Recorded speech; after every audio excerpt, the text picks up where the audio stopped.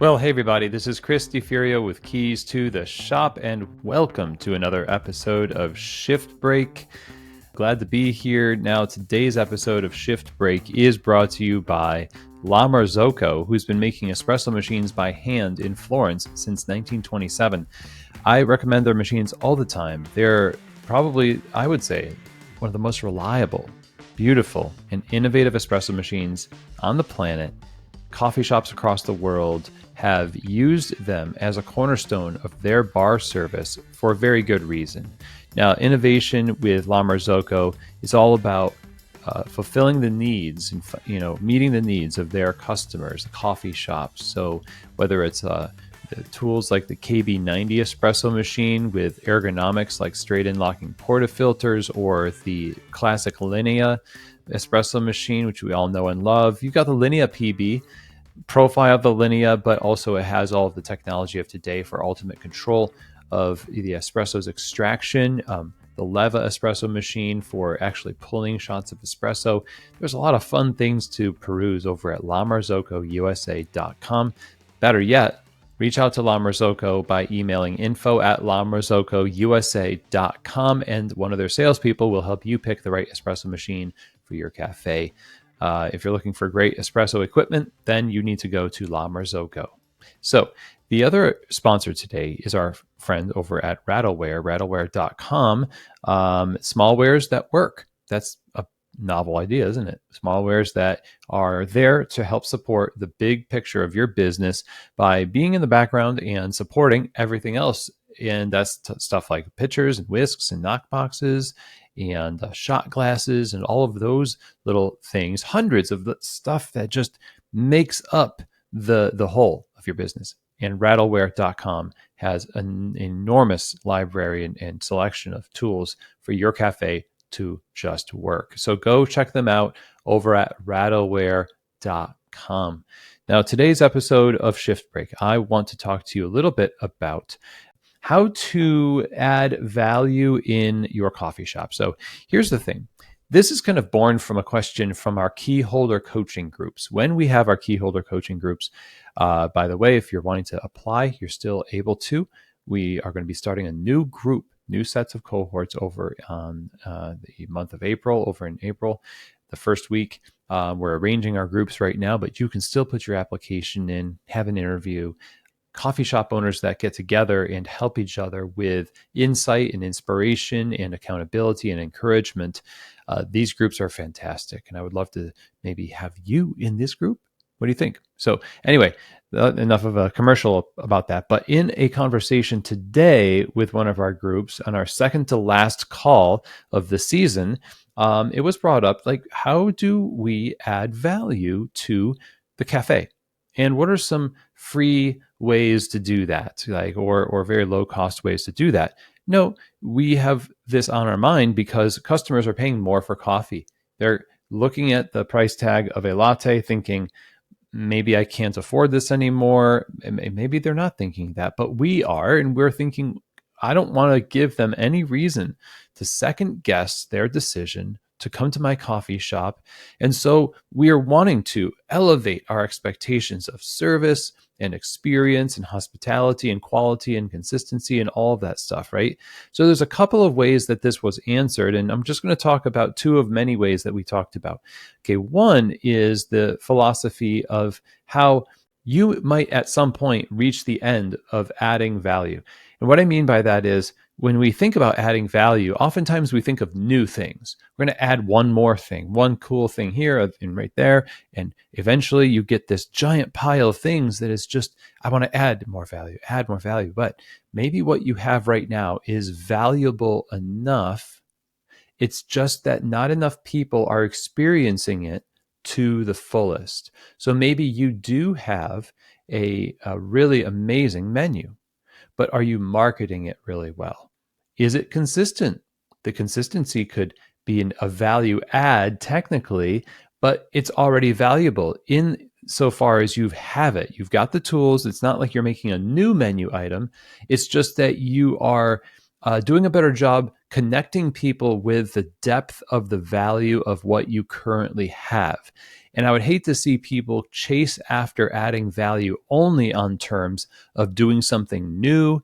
And what we would say is innovative, but we always only think about that in terms of doing something different. See, innovation and doing something different isn't always the same thing.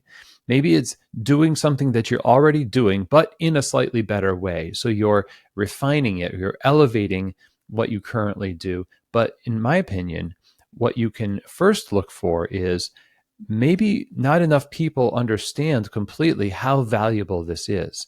Your first goal is to communicate that through marketing by delivering a higher quality of that thing more consistently, and bring your baristas into a place of confidence where they can extol the values of the things you currently have. See, our insecurity often is born from this nagging voice in the back of our head that we're not doing as good as we possibly could be doing in these areas.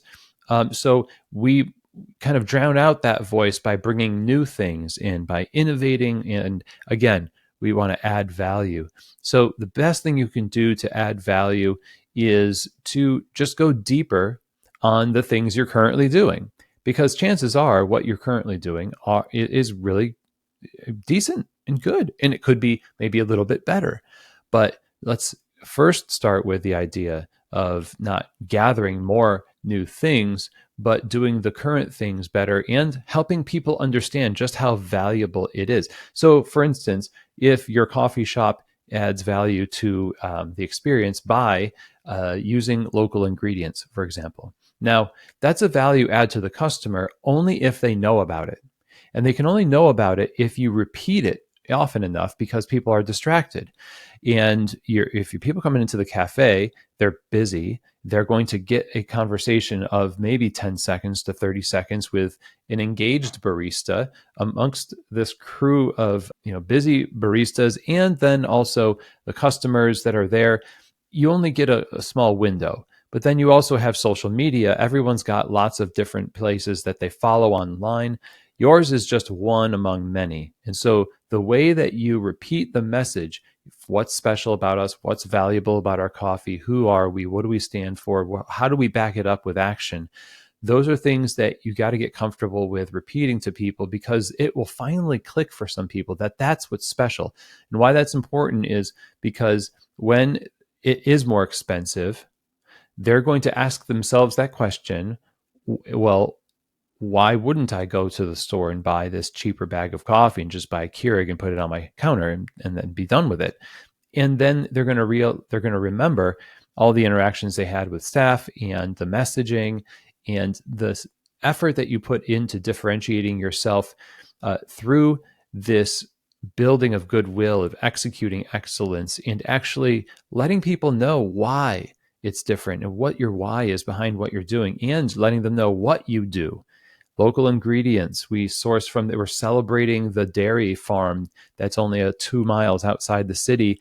We brought our baristas there, and that we got to milk cows and make lattes with the milk. I don't know, whatever you're doing, that's a way of it's not adding value so much because you've been doing this dairy for maybe a couple of years, but it's showcasing the existing value at a deeper level. So it is adding a different perspective, or clarifying for people why they love you so much. I think that's a good way to put it. Clarify for people why they love you so much, and say, you might love us because we use local ingredients. You might love us because we donate to charities that are important to our community.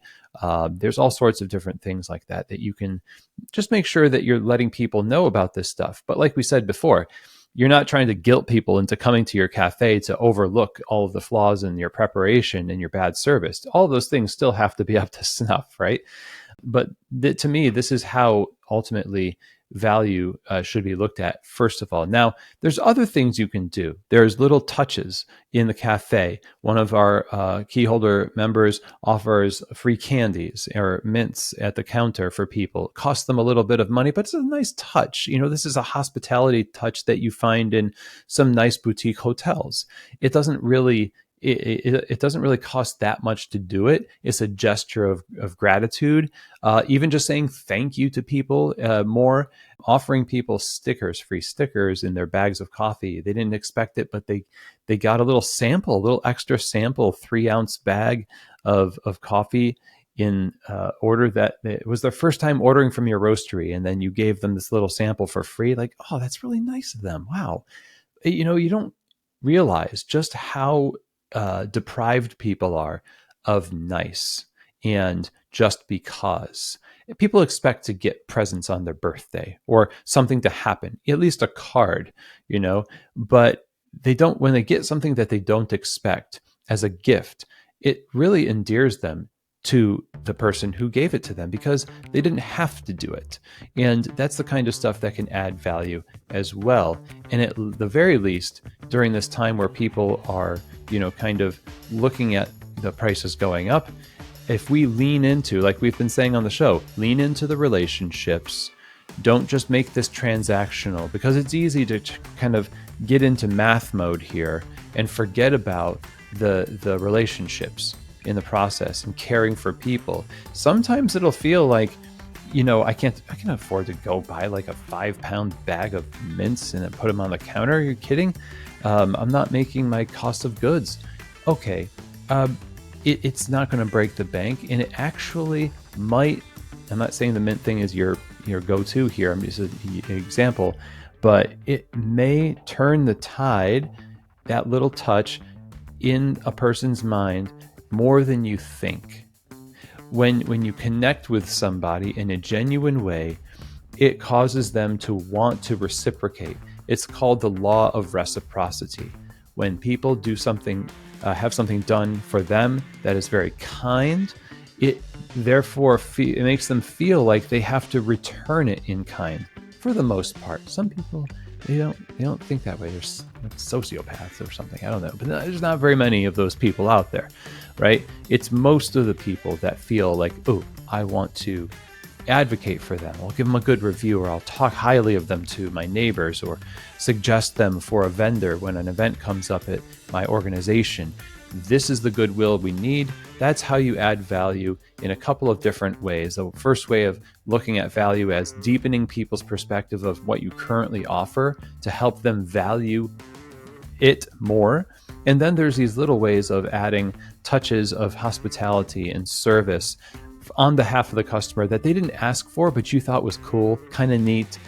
We love our customers and we want them to feel loved. And these are a couple of ways that we can show to them that love, and then they will return the love in kind. So that's our message for today. I hope that you enjoyed it. And as always, I'll see you here next week on another edition of Shift Break, from keys to the shop.